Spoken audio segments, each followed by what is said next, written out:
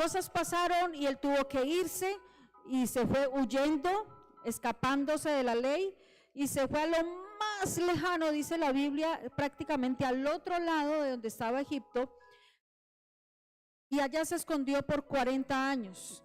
El faraón del tiempo de Moisés murió y empezó a ejercer el reinado el hijo de faraón, el otro, y era un opresor y esclavo, y llevó a la esclavitud a todo el pueblo de Israel. Pasaron 40 años y el Señor llama a Moisés. Más o menos Moisés tendría unos 40 años cuando se fue. Vivió 40 años por allá lejos, conoció la que fue su esposa, y le trabajó al suegro. Y dice la Biblia que fueron otros 40 años. Entonces, ¿cuántos años tenía Moisés cuando Dios lo llamó? 80. Y Dios lo llamó para que dejara de estar allá sumido en su encierro, sintiéndose que no merecía nada más sino estar allí como sirviéndole a su suegro, porque lo que había vivido en su pasado no merecía que tuviera más. Y en ese estado Moisés entonces recibe el llamado de Dios y le dice algo increíble a Moisés. Moisés había huido de la ley a esconderse y estaba tranquilito allá en su comodidad, normalito, y el Señor le dice: venga para acá. A través de una zarza que no se consumía, a pesar de que estaba ardiendo en fuego, no se consumía. Moisés todo curioso: ¿qué pasa aquí? ¿Qué bueno? Cuando el Señor le habla y le dice, bueno, dice un poco de cosas, y luego le dice: tú vas a ser instrumento para liberar a Israel de la esclavitud de Egipto. No se le cruzaba por aquí a Moisés la idea de volver a Egipto. ¿Volver a Egipto si antes me volé de allá? Porque es que, mis amados, como los sueños de Dios es para que yo no me conforme.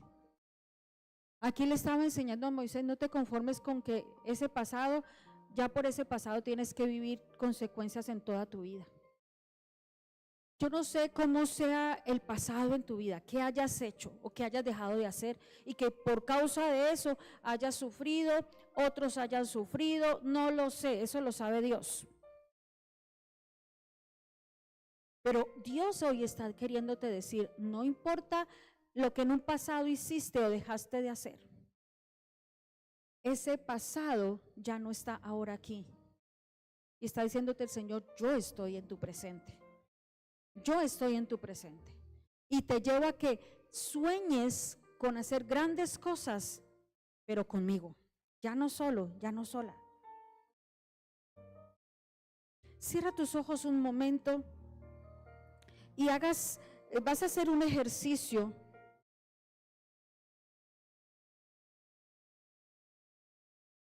Y vas a traer a memoria aquellas cosas pasadas que quizás en algún momento tú dices: no, pues que como yo me equivoqué tanto en esto, ya tengo que vivir estas consecuencias. Ya no hay nada más que hacer. Y tú puedas pensar que esas consecuencias van a ser eternas y que vas a estar sufriendo y que otros van a sufrir por ti. Pero hoy le vas a decir al Señor: Señor, este pasado que a veces llega a mi presente y me atormenta y me angustia, me hace sentir triste, esto lo entrego en tus manos. No quiero traer más un pasado de dolor a este presente donde tú estás viviendo conmigo. Renuncio a ese pasado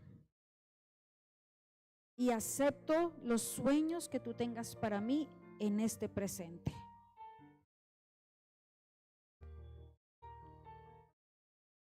Ahora, mira acá. Moisés se fue huyendo y era un príncipe. Su posición era de príncipe de Egipto. Pero al cometer un delito, mató a alguien, se fue huyendo porque a pesar de que era príncipe de Egipto, él sabía que sus raíces eran el pueblo de Israel. Y ni los israelitas y ni los de Egipto lo querían, entonces mejor me voy. Y por 40 años estuvo escondido. Pero cuando el Señor quiere cumplir un sueño conmigo, contigo, nos saca del escondite de donde estemos. Del escondite de la depresión, del escondite de la tristeza, del escondite de la soledad, del escondite yo no puedo, del escondite ya no tengo edad, del escondite no soy lo suficientemente inteligente. Cualquier escondite, de cualquier excusa que tú pongas para Dios, de allí te saca Él. Dele un aplauso entonces al Señor si lo cree.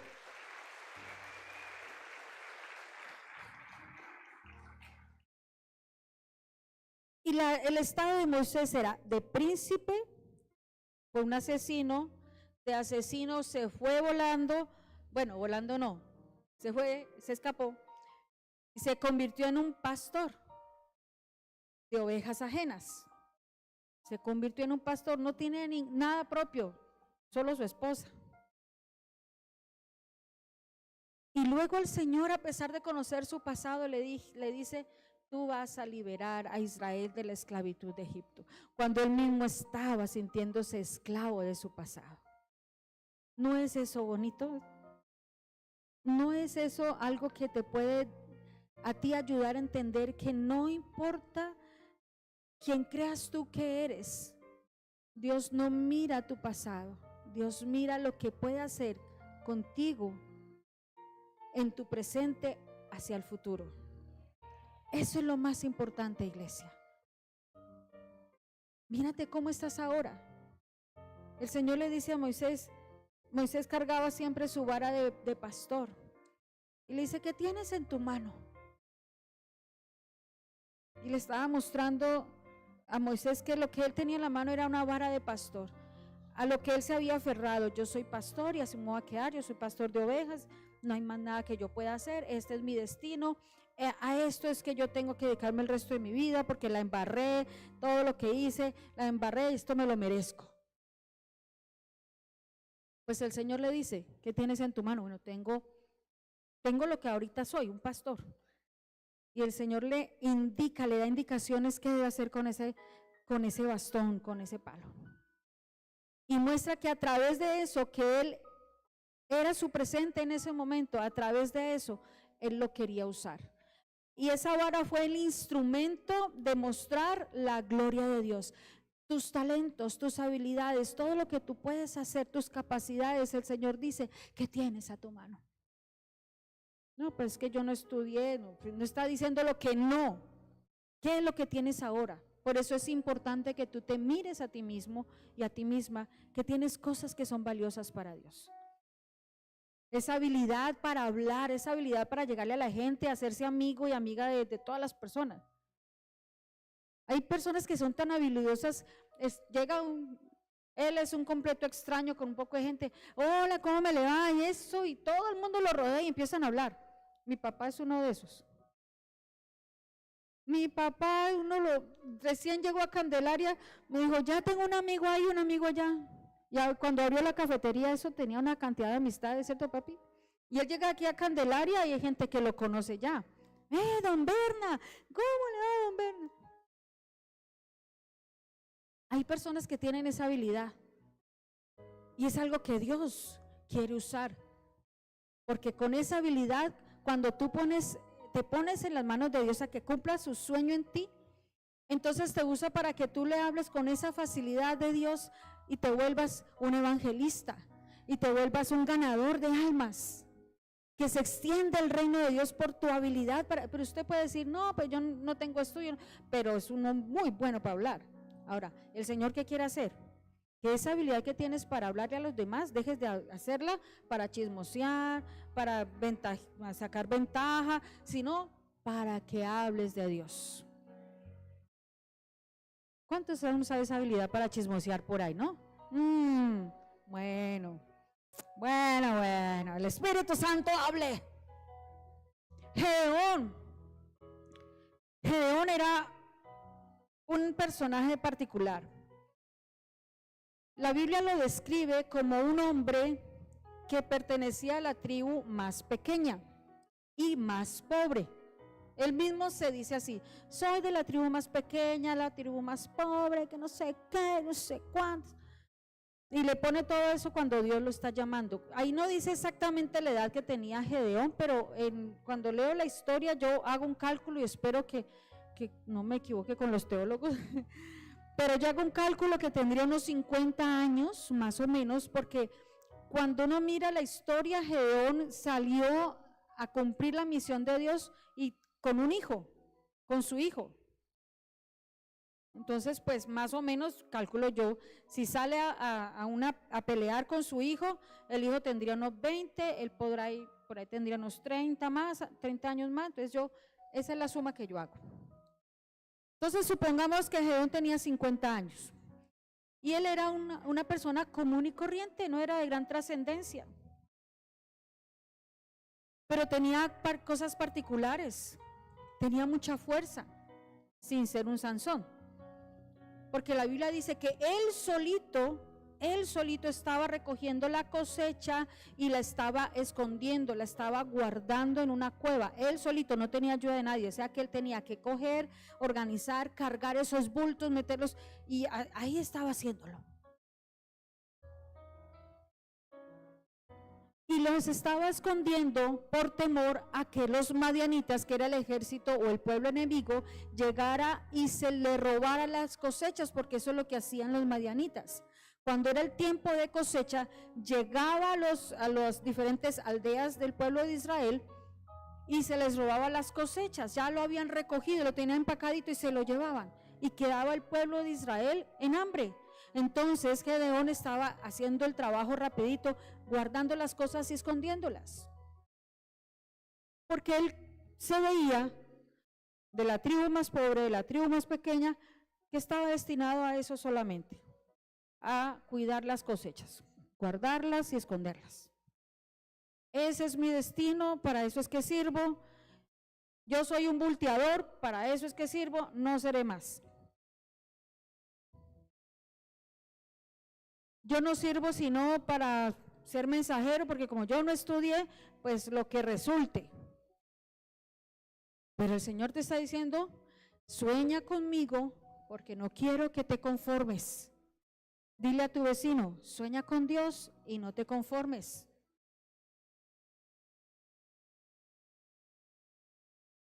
Y ese hombre común y corriente, el Señor lo llama. Estaba escondiendo la cosecha y el Señor lo: Gedeón, vení. Tengo una misión. He soñado algo que quiero hacer contigo y a través de ti. Y Gedeón ni por aquí estaba soñando nada. Él estaba ahí: voy a esconder esto rapidito, lo tapo rapidito y me voy para mi casa.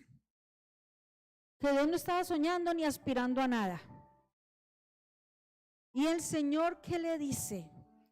Le dice: Gedeón, ve con esta tu fuerza y yo haré que tú liberes al pueblo.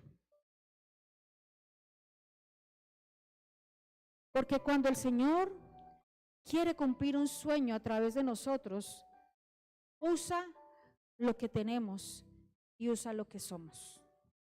Aunque otros te desprecien, aunque otros no tengan en cuenta quién eres tú o tus capacidades, Dios ya las conoce. Amén. Dios ya las conoce. Amén.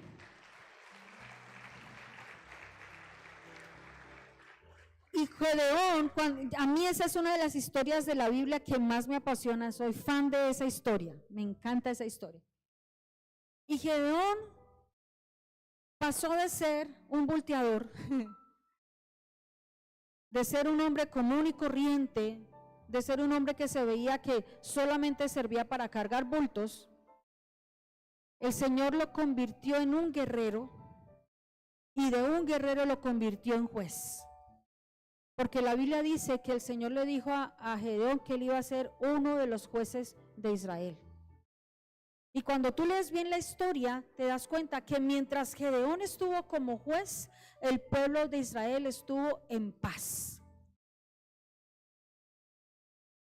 Y Gedeón era un hombre común y corriente, el más humilde, el que nadie conocía, pero que cuando Gedeón, después de muchas cosas que Gedeón luchó con su fe, porque vemos que Gedeón luchó en creer. Lea esa historia, por favor, y se va a dar cuenta, Gedeón no fue facilito. Gedeón tuvo su lucha de fe, y muchos de ustedes quizás al escucharme se evalúan a sí mismos. Es que la pastora no sabe quién soy yo. Yo soy una joyita que no, mejor. ¿Qué va a poder hacer conmigo Dios? Pues yo te digo que Josué, si Dios pudo hacer con Gedeón lo que hizo, y pudo hacer con Moisés y con Abraham a la edad que hizo con ellos, ¿qué no va a poder hacer contigo ahora? Hay tantas cosas que se facilitan para hacer cosas. Cosas y cosas y cosas. ¿Cómo te miras? ¿Te miras como una persona? Es que yo soy muy común y corriente, yo no tengo gran... ahí está. Gedeón era común y corriente y el Señor lo llamó y lo usó. Porque Gedeón, luego de mucho luchar con su fe, entendió que lo más importante era cumplir el sueño de Dios, que de resto él iba a disfrutar.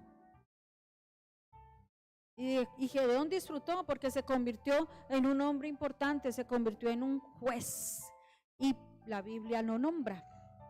O sea, que se volvió un hombre famoso, un famoso de la Biblia. Y vamos a mirar a María, la madre de Jesús. María tendría unos 16 años, 17 años más o menos, cuando el Señor la llama y le dice: tú vas a ser la mamá del Salvador del mundo. Ay, pero ¿cómo, Señor, si no conozco varón? ¿No? Porque es el Espíritu Santo fue quien hizo la obra en ti. Y la Biblia dice que muestra las características de María, que era una joven obediente, que era una joven noble. Y yo miro esta historia de María, cómo va pasando de ser una joven virgen a la madre de Jesús. ¿Y por qué la llamó el Señor a ella a ser la madre de Jesús? Porque era una jovencita con una nobleza en su corazón. Solo miren en la conversación, ¿qué se puede notar en esa conversación de María con el ángel?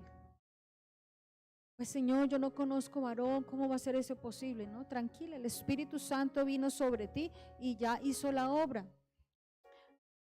Bueno, que se haga en mí lo que el Señor quiera.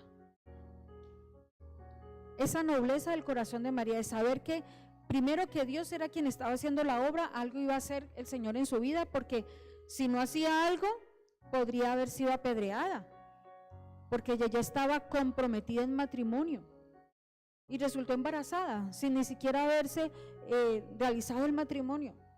Podría haber sido apedreada, entrar en la crítica de la gente. Y aquí vemos un ejemplo de una jovencita. Que el Señor no solamente usa viejos, perdón. Yo voy a llegar allá y me van a llamar vieja, así que perdón. El Señor no solamente usa a adultos, también usa jóvenes. Y quiere que los jóvenes también se metan en el sueño de Él, que se pueda cumplir ese sueño de Él en esta juventud. Y a mí eso es lo que me llama mucho la atención, porque encontré edades diferentes, estratos sociales diferentes que el Señor quiere usar. A ninguno desecha el Señor. Encontramos un Pablo que era tenía más cargos que un bus, puestos que un bus, dice, ¿no?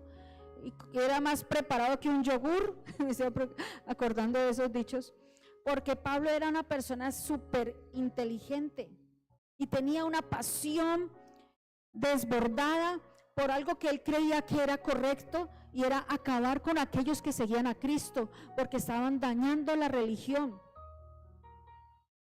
Y Pablo se volvió un hombre apasionado por eso, pero como Dios tenía un propósito con Pablo, también provocó en él el llamado de Dios hacia Pablo, lo confrontó. Y el Señor, cuando ya Pablo entendió lo que el Señor quería hacer en su vida, pasó a ser un perseguidor a convertirse en un plantador de iglesias. ¿Y qué usó el Señor?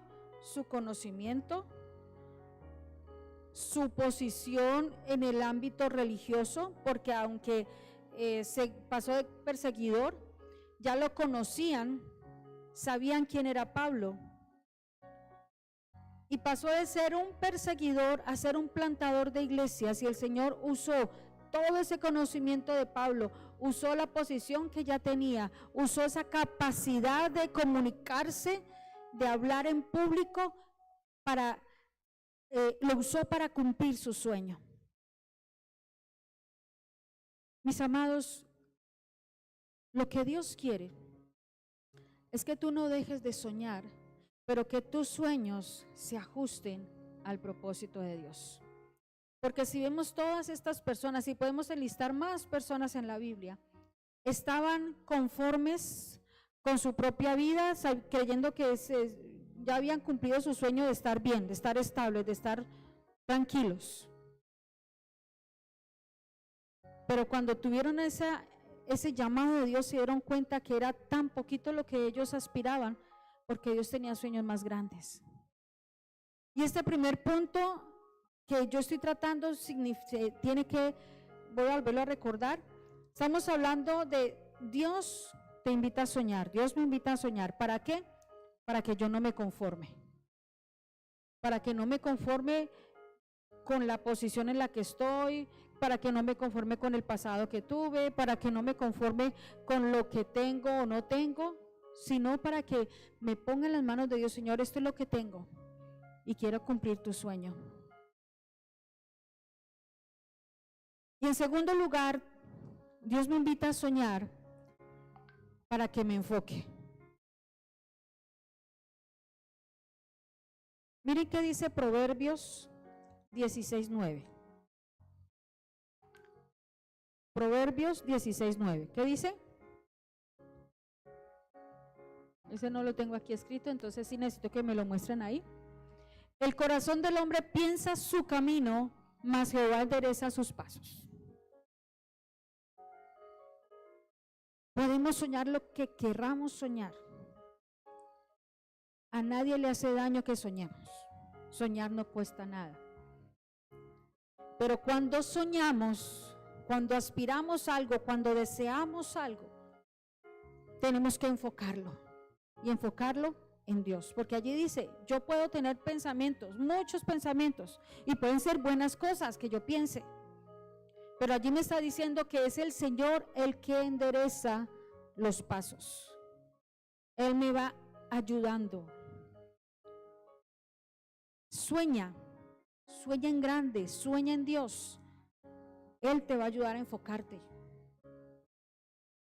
Y ese enfocarte, cuando Él dice que el Señor endereza tus pasos o endereza sus pasos, significa que hay que hacer cambios en nuestras vidas. A veces queremos lograr sueños como yo me quiero volver famoso, yo quiero que me reconozcan en mi área profesional, yo quiero ser el mejor empleado de mi empresa para que me den ese premio, para que me den ese ascenso, para que me den esa bonificación. Y no está mal, porque eso te va a llevar a esforzarte. Pero cuando es en Dios que tú lo piensas, Señor, mi sueño es lograr ser el mejor empleado de esta empresa para que conozcan que un hijo de Dios puede lograr grandes cosas. Cuando vas enfocando tu sueño hacia el propósito de Dios, ¿tú crees que Dios te lo va a conceder? ¿Sí o no? Pero mientras ese proceso sucede, mientras logras eso, esa declaración que haces para llegar al punto, el Señor va a hacer que te endereces. Va a enderezar la forma en que vas a llegar a ello. Porque hay momentos que uno puede darse cuenta que para llegar a ser el reconocido en una empresa o el reconocido en el ámbito social donde está o como sea, muchas veces muchas personas lo logran siendo deshonestos. Muchas personas lo logran dando sobornos. Muchas personas lo logran ultrajando o dañando a otros.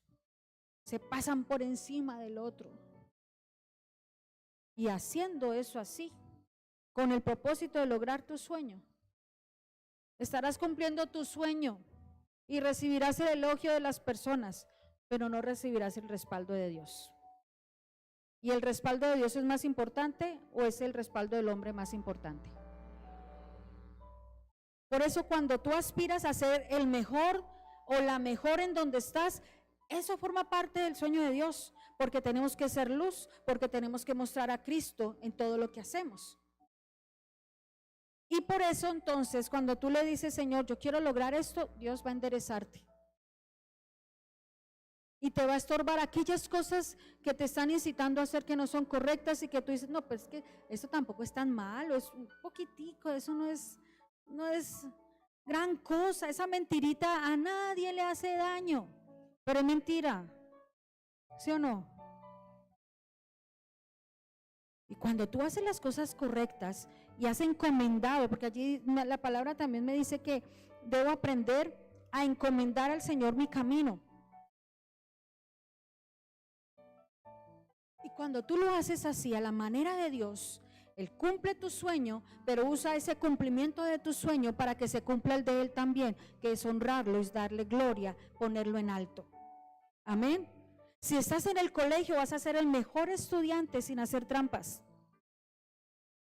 No es que como sea me tengo que sacar. ¿Cuánto es la máxima nota en los colegios ahora? 5. Es que yo me tengo que sacar ese 5 como sea. Entonces se hace la trampita por aquí, por acá y no sé qué. Y va a hacer los exámenes. El chancuco. Eso no le agrada a Dios. Puede que ganes el examen. Puede que te reconozcan como el mejor estudiante. Pero muy al fondo tú sabes que no fue honesto. Y aunque te aplaudan y todo, no lo vas a disfrutar plenamente porque sabes que no fue honesto. Pero cuando lo haces a la manera de Dios, cuando a pesar de que querías sacarte ese 10 y te sacaste un 9, pero no hiciste trampa, algo puede hacer el Señor y vas a resultar ser el mejor estudiante. Porque estás andando correctamente y no te van a reconocer falsamente, sino por lo que hiciste cumpliendo el sueño de Dios.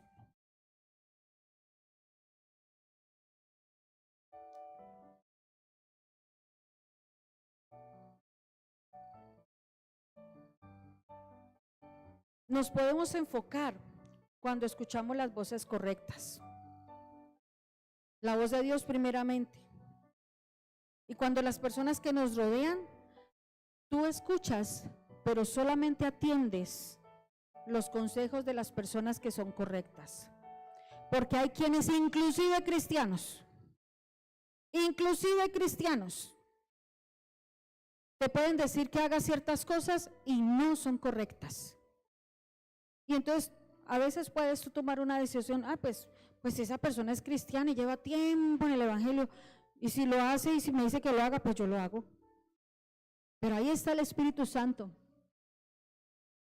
y te está diciendo, ojo, esa no es mi voz, esa no es mi instrucción. Puede ser el muy cristiano, pero ningún cristiano es perfecto y no es la voz de Dios. Escucha la voz de Dios y te va a rodear el Señor de personas que te aconsejan con sabiduría conforme al propósito de Dios. Y hay tranquilidad en tu corazón.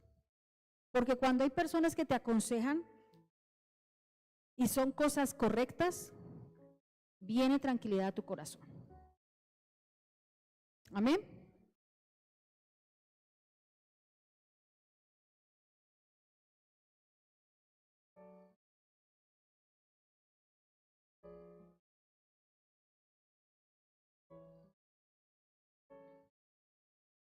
Entonces, ojo las voces que escuchas.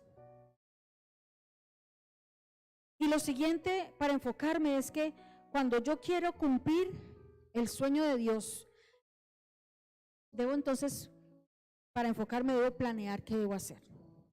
Y todos los planes en Dios son afirmados. Tercero, no me voy a quedar allí. Tercero, y terminamos. Y ya para terminar, Dios quiere que soñemos para que yo tenga el gozo de ver ese sueño realizado. Muchas veces hay personas que dicen, no, yo no aspiro mucho porque no quiero sembrarme demasiadas expectativas. No, yo no quiero una expectativa tan alta porque pues uno no sabe. Los sueños de Dios son en grande. No tiene sentido yo no darme expectativas a mi propia vida cuando tengo un Dios que es mucho más grande que mis pensamientos. Ten expectativas de lo que puedes lograr en tu vida, de lo que puedes alcanzar con tus dones, con tus talentos, porque no lo vas a hacer tú solo, lo vas a hacer en Dios. Dios quiere que soñemos, sueña. No renuncies a cosas que has soñado. Eso a que renunciaste a soñar, preséntale al Señor. Señor, yo hace rato quería esto, soñaba con esto, pero renuncié a ello y ahora entiendo que tú sueñas en grande. Entonces, esto que tenía como sueño te lo presento y confírmalo si forma parte de tu propósito para mi vida, si es algo que te va a glorificar, si es algo que va a exaltar tu nombre, si es algo que va a extender el reino, porque es así, mis amados. Cuando tus sueños van conforme al propósito de Dios, el reino se extiende, el nombre de Dios es exaltado, tu vida encuentra un orden. Así es como puedes identificar que estás dentro del sueño de Dios. Entonces, ese tercer punto que me dice que el Señor quiere que yo sueñe, me lleva a soñar para que me goce cuando lo realizo. Está en Jeremías 29:11, ese es uno.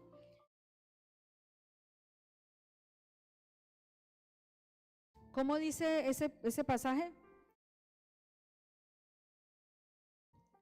Yo sé los planes, dice el Señor, que tengo para ti. ¿Y cómo son esos planes? ¿Malos? ¿De perdición? ¿Cómo dice? Ay, ¿por qué no me lo han puesto? Porque yo tengo esos planes. A ver, recuérdamelo otra vez. Porque yo sé los planes que tengo para ti, pensamientos de bien y no de mal, para darte un futuro y una esperanza. ¿Usted se imagina tener mi futuro o tener su futuro y su esperanza en Dios? ¿Será algo bueno? ¿Será algo bueno o no? A ver, iglesia, despiértate tú que duermes. Dice, porque yo sé los pensamientos que tengo acerca de vosotros, dice el Señor, pensamientos de paz, no de mal, para daros el fin que esperáis. ¿Ustedes qué fin esperan en su vida? ¿La destrucción, la derrota, la tristeza? ¿Qué esperan? ¿Cosas buenas o malas? Y allí está el Señor diciendo que qué va a hacer. ¿Lo va a cumplir o no lo va a cumplir? Entonces no dejes de soñar. El punto es que ahora tienes que aprender a soñar en Dios.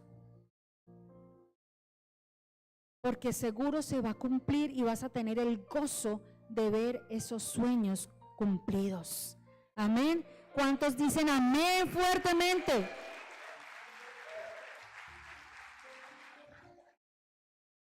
Voy a regalarles otros dos pasajes y los vamos a leer. Está en Salmos 37, 4 al 5.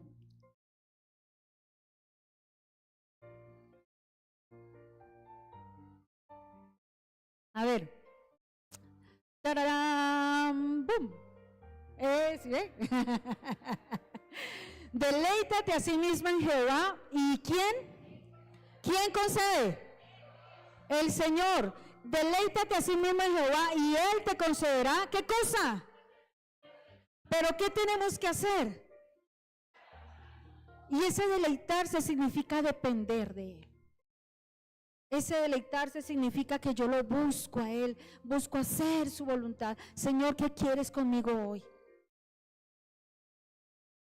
Y dice que cuando yo me deleito, hago su voluntad, Él va entonces ¿a qué hacer? A conceder.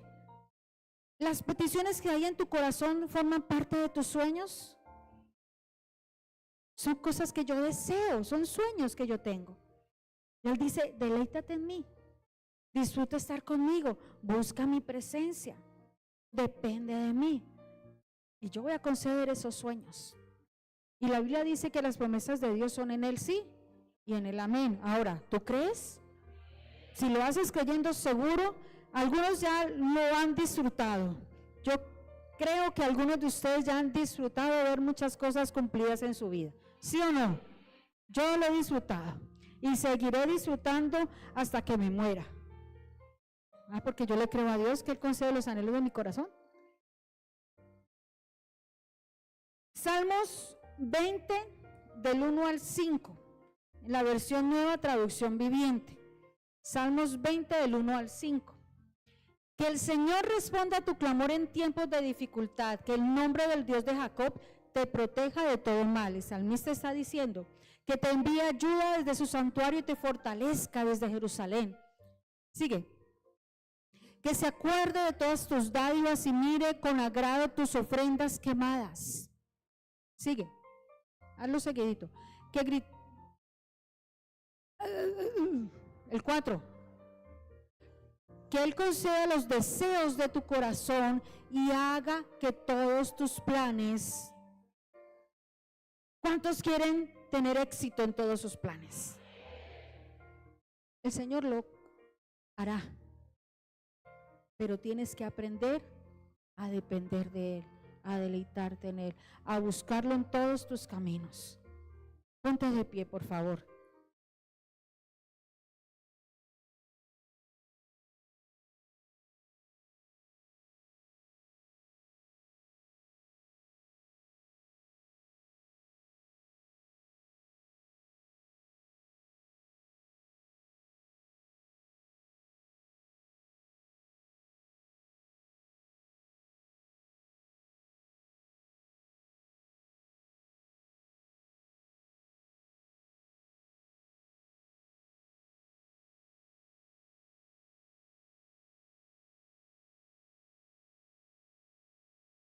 Cuando hablábamos de Abraham y lo que el Señor lo llamó a su edad y lo que quería hacer con él, cuando ya Abraham entendió y obedeció,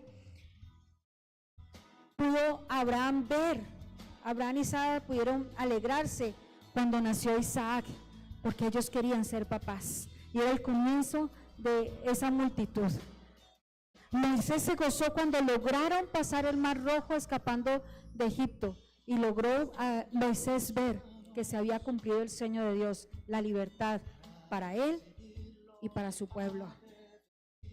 María pudo gozarse de ver cuando nació Jesús, ver ese bebé en sus brazos y decir, estoy en el sueño de Dios y disfrutando este bebé, este hijo que me dio. Podemos ver a un Pablo que en sus cartas siempre manifiesta el gozo que le da ver cómo la iglesia va creciendo. Porque Dios le dijo que él iba a ser instrumento para llevar la palabra a aquellos que no conocían de Dios. Ahora, cree que el Señor tiene cosas grandes que quiere usar a ti, te quiere usar, quiere hacer contigo. Y esos sueños que tienes, Dios no los está ignorando. Dios quiere cumplir tus sueños. Pero habrá sueños que tú estás teniendo que no te van a bendecir, que son sueños para tu satisfacción personal solamente y que no van a traerte bendición. Pero habrá sueños que tienes, que cuando le dices al Señor, Señor, este sueño que tengo sí va acorde con tu propósito y Dios lo va cuadrando, Dios te va organizando los pasos, Dios te va mostrando de qué manera honran a Dios y vas a tener éxito y te vas a poder gozar de haber cumplido ese sueño. Entonces quiero que antes de que la alabanza intervenga, quiero que escuchen esta canción desde el principio, por favor. Cierre tus ojos ahí y escucha este mensaje.